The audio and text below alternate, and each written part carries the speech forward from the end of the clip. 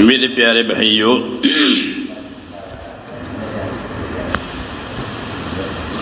اللہ تعالیٰ سے کام کرانے کے لیے زور کی ضرورت نہیں ہے بلکہ زاری کی ضرورت ہے۔ چون خدا خواہد کہ ما یاری کند، میل مارا جانب زاری کند، کہ جب اللہ تعالیٰ ہمارے ساتھ خیر کا ارادہ کریں گے یا مدد کا ارادہ کریں گے تو ان بندوں کا میلان آہو زاری کی طرف کر دیتے ہیں۔ پھر وہ بندے اللہ کے سامنے آہو زاری کرتے ہیں۔ جیسے بچہ روتا ہے اور کوئی اس کے پاس کوئی علاج نہیں سوائے رونے کے، سارے کام اس کے رونے سے بن جاتے ہیں۔ اس کو اللہ نے رونا سکھایا ہے۔ تو ایسے فرماتے ہیں بزرگ کہ چون خدا خواہد کہ ما یاری کند، میل مارا جانب زاری کند، کہ جب اللہ کا ارادہ یاری اور مدد کا ہوتا ہے تو ایسے لوگوں کو اپنی طرف آہو زاری کرنے کے لیے لگا دیتے ہیں۔ وہ روتے رہتے ہیں اور اللہ کام بناتے رہتے ہیں، وہ روتے رہتے ہیں، اللہ کام بناتے رہتے ہیں۔ بعض لوگ کمال والے ہوتے ہیں تو کہتے ہیں بھئی کمال نہ ہو کوئی بات نہیں، تو کہ نوال نہ ہو اللہ کے سامنے عاجز ہو، کہ بھئی یوسف کی طرح جمال کمال نہیں ہے تو پھر یعقوب کی طرح رونا دھونا ہی ہو جاوے۔ جی ہاں، کہ چون تو یوسف نیستی یعقوب باش، ہم چون درگیر جاؤ آشوب باش۔ جب تو یوسف جیسا جمال کمال نہیں ہے تو یعقوب کی طرح رونا دھونا ہی کر لو، پھر کام بن جائے گا۔ جی ہاں، سنت یعقوب علیہ السلام کا سارا کام کس سے بنا؟ رونے دھونے سے ہی بنا۔ جی ہاں، اوپر سے لے کر نیچے تک ان کی آنکھیں چلی گئی، پھر آنکھیں بھی آ گئی، پھر بینائی بھی آ گئی، وہ بیٹا بھی مل گیا اور سب کچھ ہو گیا۔ جی ہاں، تو ایک راستہ اللہ کے نبیوں کا یہ بھی ہے کہ محنت تو بندہ ہونے کی وجہ سے ذمہ داری ہے کہ محنت کرے۔ لقد خلقنا الانسان فی کبد، ہم نے انسان کو محنت میں پیدا کیا ہے۔ ہاں، محنت میں ہی پیدا کیا ہے، اس کی ضرورتوں کی بھی اس کے لیے محنت ہے، اس کے مقصد کی بھی اس کے لیے محنت ہے۔ محنت ہی محنت ہے۔ دیکھو روزی کمانے کے لیے بھی محنت کرنی پڑتی ہے، تندرستی کے لیے بھی محنت کرنی پڑتی ہے، عزت حاصل کرنے کے لیے لوگ محنت کرتے ہیں۔ تو محنت ہی محنت ہے، انسان کو محنت میں پیدا کیا ہے۔ جی ہاں، تو محنت تو ہے ہمارے ذمے، اور ہمارے پاس الحمدللہ نبیوں کی مبارک محنت ہے۔ حدیثوں میں ہے کہ اللہ کے دین کی محنت ضرور کیا کرو۔ اللہ کہ یہ دین کی محنت وہ جنت کے دروازوں میں سے ایک دروازہ ہے، اور اللہ اس کی وجہ سے تمہارے غم و پریشانیوں کو اٹھا لیں گے۔ حدیثوں میں کہ دین کی محنت کی ضرور کرو، فَإِنَّهُ أَبْوَابٌ مِّنْ أَبْوَابِ الْجَنَّةِ، کہ وہ تو جنت کے دروازوں میں سے ایک دروازہ ہے۔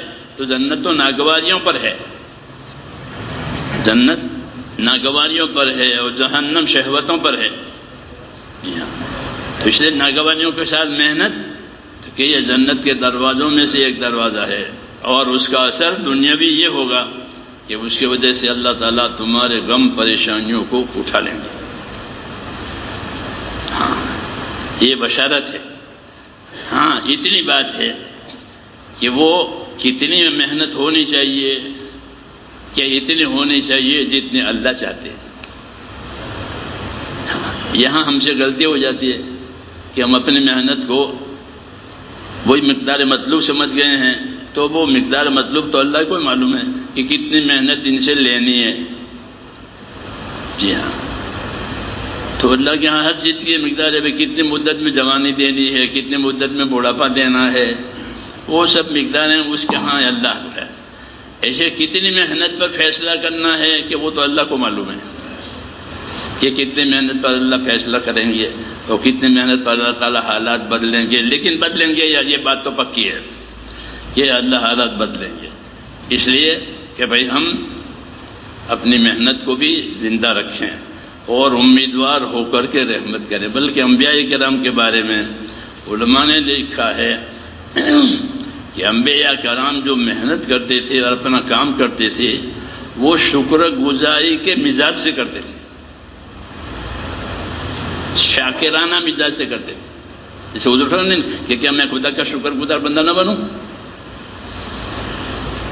بوجھ نہیں، بوجھ سمجھ کر کے نہیں، اور نوکروں کی طرح کوتاہیوں سے نہیں، بلکہ شاکرانہ مزاج سے کریں کہ مجھ کو اللہ نے یہ شرف دیا ہے، مجھ کو اللہ نے یہ نعمت دی ہے، تو میں اس میں کیوں کمی کروں؟ یہ مزاج ہے نبیوں کی محنت کا. علماء نے لکھا ہے ایسا کہ انہوں نے اپنی محنت کو شاکرانہ مزاج سے کیا ہے کہ جب مجھ کو اللہ نے بلا کر کے یہ کام دیا ہے تو میں شکر گزار بندہ نہ بنوں. موسیٰ علیہ السلام سے فرمایا موسیٰ ہم نے آپ کو چنا ہے اور اپنی رسالت اور پیغمبری کے لیے اور یہ کتاب آپ کو دی ہے، لہذا آپ شکر گزار رہنا. دیکھا وَكُن مِّنَ الشَّاكِرِينَ کہ آپ شکر گزار رہنا. تو شکر گزاری کے محنت سے مزاج سے کام کرنے سے ایک تو آسان بھی ہو جاتا ہے کام، کیونکہ شکر گزاری ایک شرف ہے، ایک شرف ہے، بزرگی ہے کہ مجھ کو اللہ نے یہ دیا ہے، اس لیے مجھے اللہ کو خوش کرنا ہے. اور شکر گزاری پر اللہ تعالیٰ اپنی نعمتوں کو بڑھانا یہ اللہ کی سنت ہے کہ شکر گزاری پر میں نعمتیں بڑھایا کروں گا. شکایت اللہ کو پسند نہیں ہے، شکایت پسند نہیں کہ شکایت مت لاؤ، شکایت مت کرو، صبر کرو، صبر کرو. ہاں، اور شکایت کرنی ہے تو اللہ سے کرو اور کسی سے مت کرو. اپنی شکایتیں اپنا دکھلا کہ کسی کو نہیں سنانا. کہنا ہے تو کسی کا ہے کہ اپنے اللہ سے کہے. انما اشکو بثی وحزنی الی اللہ. یعقوب علیہ السلام کہہ رہے ہیں میں اپنا شکوہ، میں اپنا غم صرف اللہ کے سامنے پیش کرتا ہوں اور کسی سے نہیں کہتا. اپنا شکوہ اپنا غم اللہ کے سامنے پیش کرتا ہوں. حضور صلی اللہ علیہ وسلم نے بھی تائید میں کہا ان الیک اشکو ضعف قوتی وقلت حیلتی. یا اللہ میں اپنی کمزوری کی شکایت آپ سے کرتا ہوں، وسائل کی کمی ہے اس کی شکایت آپ سے کرتا ہوں. جی ہاں، یہ نبیوں کا طریقہ ہے کہ شکر بھی اللہ کا اور شکوہ کرے تو وہ بھی اللہ سے اور کسی سے نہیں، کیونکہ کسی کے ہاتھ میں کچھ ہے ہی نہیں، کسی کے ہاتھ میں کچھ نہیں ہے. ہاں، ہمارا ایمان ہے یہ کہ اللہ کی صفت میں کوئی شریک نہیں ہے، اللہ کی صفت میں کوئی شریک نہیں ہے. اللہ تعالیٰ اپنی صفتوں میں اکیلا ہے.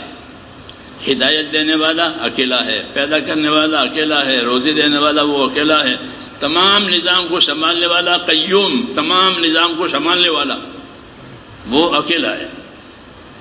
تو سارا نظام اللہ تبارک و تعالیٰ کی طرف سے ہو رہا ہے. ہم کو یہ سمجھایا گیا ہے ہاں کہ جو کچھ ہو رہا ہے کہاں سے ہو رہا ہے؟ کل من عند اللہ. کہ آپ کہہ دو سب چیزیں کہ ہمارا صلہ آسمان سے ہے، زمین والوں سے ہمارا کوئی صلہ نہیں ہے. جی ہاں، ہمارا صلہ آسمان والوں سے کہ جو کچھ ہو رہا ہے یدبر الامر من السماء الى الارض کہ اللہ تعالیٰ اپنی تدبیریں آسمانوں سے زمین تک کرتے ہیں. تو ساری تدبیریں اوپر سے آ رہی ہے. جی ہاں، اور ان تدبیروں میں امتحان ہوتا ہے. کیا ہوتا ہے؟ امتحان ہوتا ہے کہ اس میں رکھ کر کے اللہ تعالیٰ دیکھتے ہیں کہ کون شکر گزار ہے، کون ناشکر رہا ہے. ہاں، کون پیچھے ہٹنے والا ہے، کون جمنے والا ہے. اس قسم کے امتحانات ہوتے ہیں. اس لیے اللہ تبارک و تعالیٰ سے اپنے کاموں میں قوت اور توفیق مانگیں. اللہم انی اسألک توفیق اہل الہدی، مسنون دعا ہے کہ اللہ مجھے اہل ہدایت والوں کی توفیق دے. اہل ہدا، ہدایت والوں کی توفیق. تو ہدایت والے کون لوگ ہیں؟ تو ہدایت والے دو قسم ہیں. ایک ہدایت والی قسم انبیاء کرام کی ہے، اولئک الذین ھداھم اللہ. وہ انبیاء کرام ہیں جن کو اللہ تعالیٰ نے ہدایت دی ہے. دوسرے نمبر میں ہدایت والے صحابہ کرام ہیں. ابن مسعود کہتے ہیں کہ یہ محمد صلی اللہ علیہ وسلم کے ساتھی ہیں، یہ ہدایت والے ہیں۔ جی ہاں، اصحاب محمد کہ محمد صلی اللہ علیہ وسلم کے اصحاب ہیں، دوسرے نمبر میں یہ ہدایت والے ہیں۔ تو توفیق مانگی ہدایت والوں کی توفیق، تو ہدایت والے انبیاء کرام ہیں، ہدایت والے صحابہ کرام ہیں۔ ان کو جو توفیق ملی ہے اللہ کی طرف سے، یعنی اسباب ان کے لیے موافق ہو گئے، کام ہو گئے، جی توفیق اسباب کی موافقت، جی ہاں اللہ پیدا کر دیتے ہیں، پھر وہ کام بن جاتا ہے۔ جی ہاں، تو کہ ایسی توفیق ہم کو دے جو آپ اہل ہدا کو دیا کرتے ہیں، ہدایت والوں کو دیا کرتے ہیں۔ تو وہ ہدایت والے جو جماعت ہے وہ انبیاء کرام کی جماعت ہے، اور دوسرے نمبر میں صحابہ کرام کی جماعت ہے۔ ان والی توفیق اللہ سے مانگنی ہے، تو انشاءاللہ اگر یہ توفیق ہو گئی کہ پھر کوئی مسئلہ نہیں ہے۔ باقی جنت کے جتنے راستے ہیں وہ ناگواریوں والے ہیں، جہنم کے جتنے راستے ہیں وہ خواہشات والے ہیں۔ اس لیے جنت والے راستے والا کام کرنا ہے، جس میں ناگواریاں آئے گی۔ اور یہ یاد رکھو کہ کوئی ناگواری، کوئی امتحان ہمارے سر سے اونچا نہیں ہوگا، ہماری طاقت سے اونچا نہیں ہوگا، بلکہ جو کچھ ہوگا وہ ہماری طاقت کے حساب سے ہوگا۔ لا یکلف اللہ نفسا الا وسعها، کہ اللہ تعالیٰ کسی کو پابند اتنا نہیں کرتے جو اس کی طاقت سے باہر ہو، بلکہ اس کی طاقت کے مطابق اس پر وہ ڈالتے ہیں۔ اس لیے کچھ نہ کچھ تو آئے گا، اس کے بغیر کام بنتا نہیں ہے۔ تو یہ سمجھیں کہ اللہ تبارک و تعالیٰ کی طرف سے ہے، اس لیے اللہ تعالیٰ کی طرف عمل سے بھی رجوع کرنا ہے اور دعا سے بھی رجوع کرنا ہے۔ ہاں، اور مقصد کو مقصد بنانا، مقصد کو مقصد بنانا کہ دین تو ہماری زندگی کا مقصد ہی ہے۔ ہم اس دین پر کوئی مصیبت نہیں چاہتے کہ ہمارے دین پر کوئی مصیبت آوے۔ اللہم لا تجعل مصیبتنا فی دیننا، دعا میں ہے اللہم لا تجعل مصیبتنا فی دیننا، اے اللہ کوئی مصیبت ہمارے دین پر نہ آوے۔ یہ دعائیں جم کر مانگنی ہے، حالات سے نہیں ڈرنا ہے۔ اللہ تعالیٰ حالات بدل لیں گے، اور کوئی طاقت ضد پر آئی تو اللہ اس طاقت کو توڑ دیں گے، یہ پکی بات ہے۔ یہ ہم کسی کے لیے نہیں کہتے، کوئی بھی طاقت اگر اللہ کے کام پر ضد سے کھڑی ہو گئی اللہ تعالیٰ اسے توڑ دیں گے۔ کم قسمنا من قریۃ بطرت معیشتها، کہ کتنی بستیاں ہیں، فرمایا اللہ کے ہم نے ان کی کمر توڑ دی، اب وہ قیامت تک نہیں اٹھیں گے، ایسی کمر توڑی ہے ان کی۔ یہ بتایا قرآن پاک نے۔ تو یہ کام ہمارا نہیں ہے، ہم نہیں لڑیں گے کسی سے، وہ تو اللہ کرے گا۔ ہاں، نبی جی کا افوض امری الی اللہ، اللہ کا داعی کہتا ہے کہ افوض امری الی اللہ، میں تو اپنا معاملہ اللہ کے حوالے کرتا ہوں، کیونکہ اس کا کام ہے، اس کا دین ہے، میرا کوئی اجارہ نہیں ہے، میرا کوئی اجارہ نہیں ہے، وہ تو اب اس کا کام ہے، اس کا دین ہے، وہ دیکھ لے گا۔ تو بھائی دین تو اللہ کا ہے، اگر ہم وفادار ہوئے تو کبھی بھی مدد سے محروم نہیں ہوں گے، پکی بات ہے۔ ہاں، کہ ہم اگر دین کے وفادار ہوئے، جتنی ہماری حیثیت ہے اس کی حیثیت سے، تو کبھی بھی مدد سے محروم نہیں ہوں گے۔ یہ فیصلہ ہے اللہ کا کہ انا لننصر رسلنا والذین آمنوا، ہم مدد کیا کرتے ہیں اپنے رسولوں کی۔ رسول جس زمانے میں ہوتے ہیں اس رسول کی ضرور مدد ہوئی ہے، ضرور مدد ہوئی ہے، کوئی رسول مدد کے بغیر نہیں گیا۔ کیا ہر زمانے میں رسولوں کی مدد ہوئی، اور رسول نہیں ہوا تو دوسرے نمبر میں والذین آمنوا، کہ دوسرے نمبر میں مدد کہ مدد ایمان والوں کے لیے، تیسری کوئی قسم اللہ کی مدد پانے والی نہیں ہے۔ یا تو مدد نبیوں کے ساتھ ہوئی ہے یا مدد ایمان والوں کے ساتھ ہوئی ہے۔ ایمان والوں سے مراد وہ ایمان والے ہیں جو نبیوں کے طریقوں پر ہیں، اخلاص والے ہیں، استقامت والے ہیں، اپنی عبادتوں میں اپنے کاموں میں خوبی پیدا کرنے والے ہیں، کہ خوبی کے ساتھ اپنا کام کریں۔ جی ہاں، خوبی کے ساتھ کہ جتنا اچھا سے اچھا کر سکتے ہیں وہ کریں، اور پھر بھی معافی مانگیں۔ کیوں؟ یہ بہت بڑا شرف ہے یہ کہ اللہ تعالیٰ نے ہم کو یہ کام دیا، بہت بڑا شرف کیوں؟ نبی تو کسی کو بنائیں گے نہیں اب، لیکن نبیوں کا کام کے لیے کہ اسی امت کو چھوڑا ہے بس. اس امت میں سابق بالخیرات بھی ہیں، اس امت میں مقتصد بھی ہیں، اور اس امت میں ظالم علی نفسہ ہی بھی ہیں، گنہگار بھی ہیں. ان کو یہ کام سونپا ہے اس امت کو. اس امت کے 3 طبقے بتائے. ایک سابق بالخیرات کہ خیر کے کام ہے آگے آگے، دوسرے مقتصد درمیان نارمل، کچھ ادھر درمیانی، اور تیسرا ظالم یعنی گنہگار. لیکن تینوں کا جنت میں جانا طے ہے بالکل.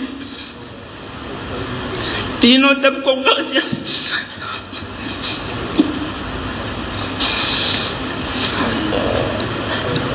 کوئی بھی طبقہ مردود نہیں ہے اس امت کا، چاہے جتنا گنہگار ہو.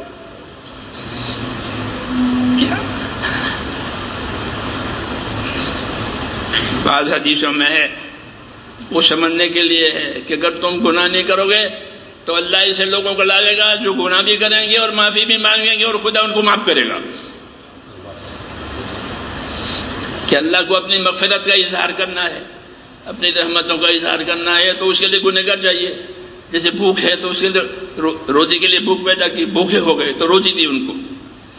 تو ایسے گنہگار ہوئے تو ان کو معافی دی. تو اپنی معافیوں کا مظہر ہے وہ. اس لیے امت کے 3 طبقے ہیں، سابق بالخیرات، مقتصد اور ظالم. لیکن تینوں کا جنت میں جانا یہ طے ہے کہ تینوں جنت میں جائیں گے، یہ اللہ کی طرف سے. اس لیے میرے دوستو، اللہ تعالیٰ سے اچھا گمان، اللہ سے اچھا گمان اور اللہ تعالیٰ کو راضی کرنے کی فکر. اللہ بہت جلدی راضی ہو جاتے ہیں، بہت جلدی راضی ہو جاتے ہیں. نیت بدلی اللہ راضی ہو گیا، نیت بدلی، بس اب نہیں کرنا ہے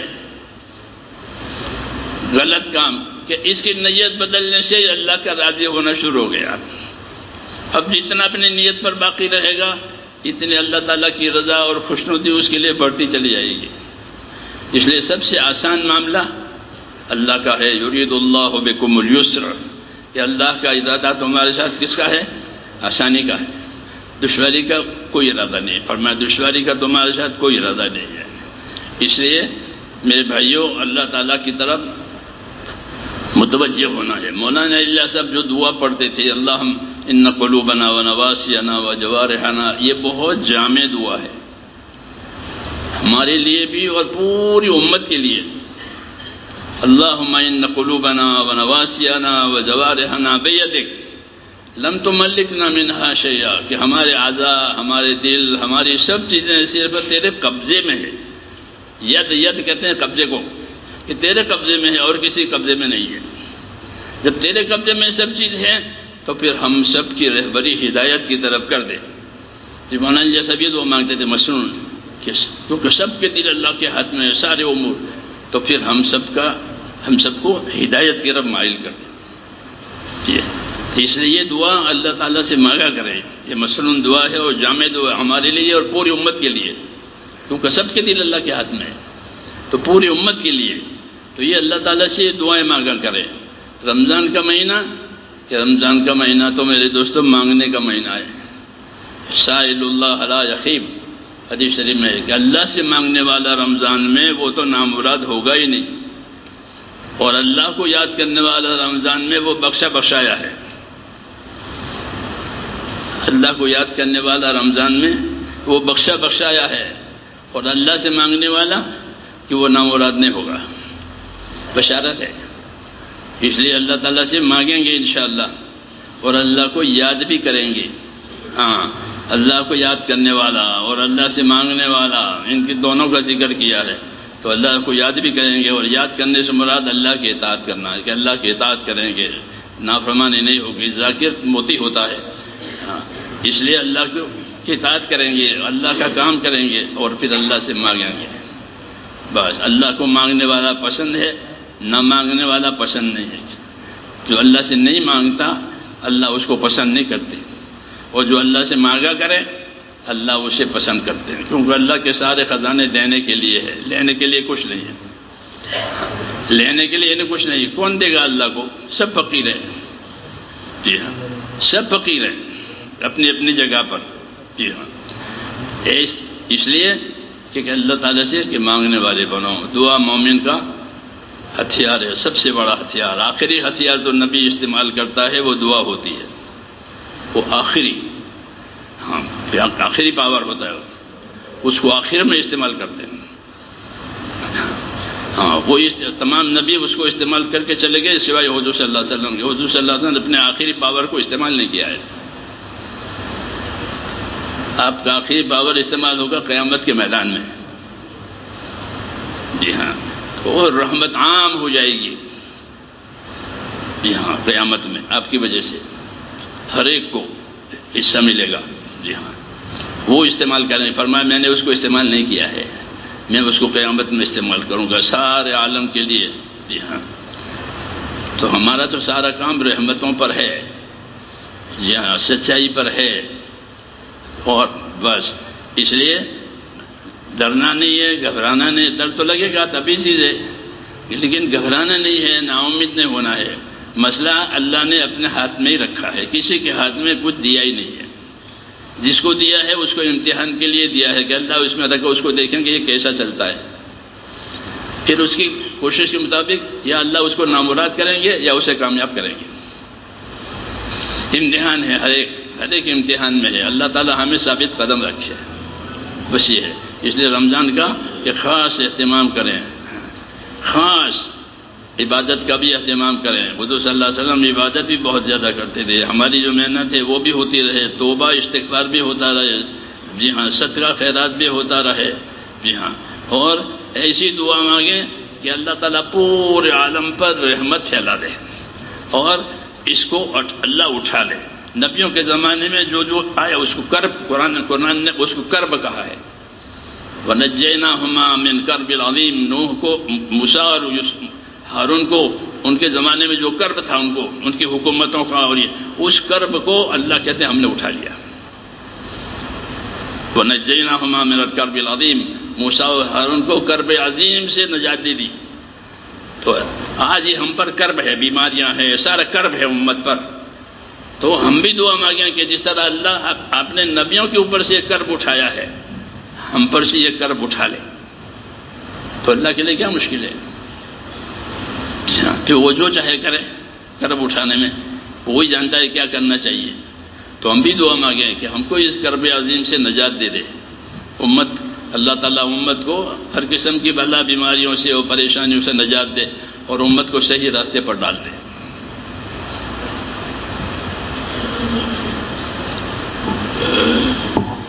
بسم اللہ الرحمن الرحیم.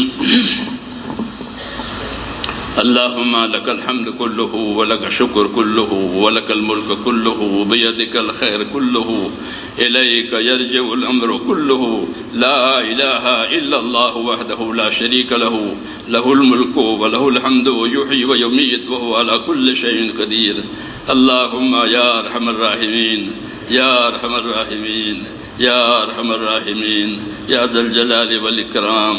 صلی وسلم وبارک على سيدنا محمد النبي الأمي وآله وصحبه أجمعين. اللهم اجزِ عنا نبينا محمدا صلى الله عليه وسلم بما هو أهله واجزِ الأنبياء كلهم خيرا وسلام على المرسلين والحمد لله رب العالمين. ربنا ظلمنا أنفسنا وإن لم تغفر لنا وترحمنا لنكونن من الخاسرين. اللهم اغفر لي ولوالدي واغفر يا رب لجميع المؤمنين والمؤمنات والمسلمين والمسلمات الأحياء منهم والأموات ولإخواننا الذين سبقونا بالإيمان ولا تجعل في قلوبنا غلا للذين آمنوا ربنا إنك رؤوف رحيم. اللهم أقبل بقلوبنا إلى دينك. اللهم أقبل بقلوبنا إلى دينك. اللهم أقبل بقلوبنا إلى دينك وأقبل بقلوب جميع المسلمين إلى طاعتك. اللهم إن قلوبنا ونواسينا وجوارحنا بيدك لم تملكنا منها شيئا، فإذا فعلت ذلك بنا فكن أنت ولينا واهدنا إلى سواء السبيل. اللهم كن أنت ولينا واهدنا إلى سواء السبيل. اللهم كن أنت ولينا واهدنا إلى سواء السبيل. اللهم ربنا لا تزغ قلوبنا بعد إذ هديتنا وهب لنا من لدنك رحمة إنك أنت الوهاب. اے اللہ ہماری اور امت کی مغفرت فرما دے، ہماری اور امت کی مغفرت فرما دے، امت سے درگزر فرما لے، امت سے درگزر فرما لے. اس امت کو اپنے ایک کام کے لیے پیدا کیا ہے، اے مولا اپنا فضل فرما کر پوری امت کو اپنے کام میں لگا دے اور اس ہدایت کو ہم سب کے لیے آسان فرما دے.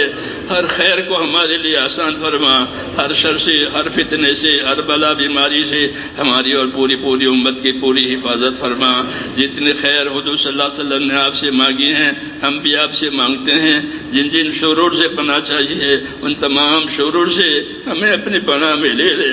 اے اللہ ہمارے جو ساتھی دنیا سے چلے گئے یا اللہ ان کی مغفرت فرما، یا اللہ جتنے جائے گئے ان سب کی مغفرت فرما، ان کی قبروں کو منور فرما. اے اللہ ان کی خطاؤں سے درگزر فرما، ان کی نیکیوں کو قبول فرما، ان کی حسنات کو قبول فرما، ان کو اے اللہ آخرت ان کی آباد بنا دے. اے اللہ جو موجود ہے، اے اللہ جو موجود ہے ان کی عمروں میں برکت عطا فرما، موجبات مغفرت اور موجبات رحمت ہم سب کو عطا فرما. اے اللہ موجبات مغفرت اور موجبات رحمت ہم سب کو عطا فرما. موت تک اخلاص کے ساتھ، استقامت کے ساتھ اپنے دین پر جمنے والا بنا دے. مرنے کا وقت آوے تو کامل ایمان پر خاتمہ نصیب فرما اور تیری ملاقات تیری رضامندی کے ساتھ نصیب فرما. اے اللہ تیری ملاقات تیری رضا کے ساتھ نصیب فرما دے. تو ہم سے راضی ہو یا اللہ اس حد میں ہماری تیری ملاقات ہو جاوے. اس ملاقات میں برکت عطا فرما، موت اور مابعد موت میں برکت عطا فرما، موت اور مابعد موت میں ہماری برکت عطا فرما. اے اللہ ہماری اولادوں کو، ہماری نسلوں کو اپنے دین پر قائم فرما. اے اللہ اپنے دین پر قائم فرما. آنے والی نسلوں کے لیے حق اور ہدایت آسان فرما. مسئلہ تیرے ہاتھ میں ہے، زمین اور آسمان کی ساری تصرفات صرف آپ کے ہاتھ میں، کسی کے ہاتھ میں کچھ نہیں ہے. آپ جو چاہیں گے وہ ہوگا، آپ نہیں چاہیں گے وہ نہیں ہوگا. ہم آپ سے خیر کے طلبگار ہیں، ہمارے لیے بھی اور پوری انسانیت کے لیے خیر کی راہیں کھول دے، ہدایت کی راہیں کھول دے. اے اللہ پوری انسانیت کو ہدایت عطا فرما. اور جن کی قسمت میں ہدایت نہیں ہے اور ان کا وجود دنیا میں ظلم و ظلمت کا سامان ہے، یا اللہ تو ایسوں سے اس زمین کو پاک فرما دے، ایسوں سے اس زمین کو پاک فرما دے اور باقی بندوں کے لیے خیر کو آسان فرما دے. ربنا آتنا فی الدنیا حسنہ وفی الآخرۃ حسنہ وقنا عذاب النار. صلی اللہ تعالی علی خیر خلق. سبحان ربک رب العزت.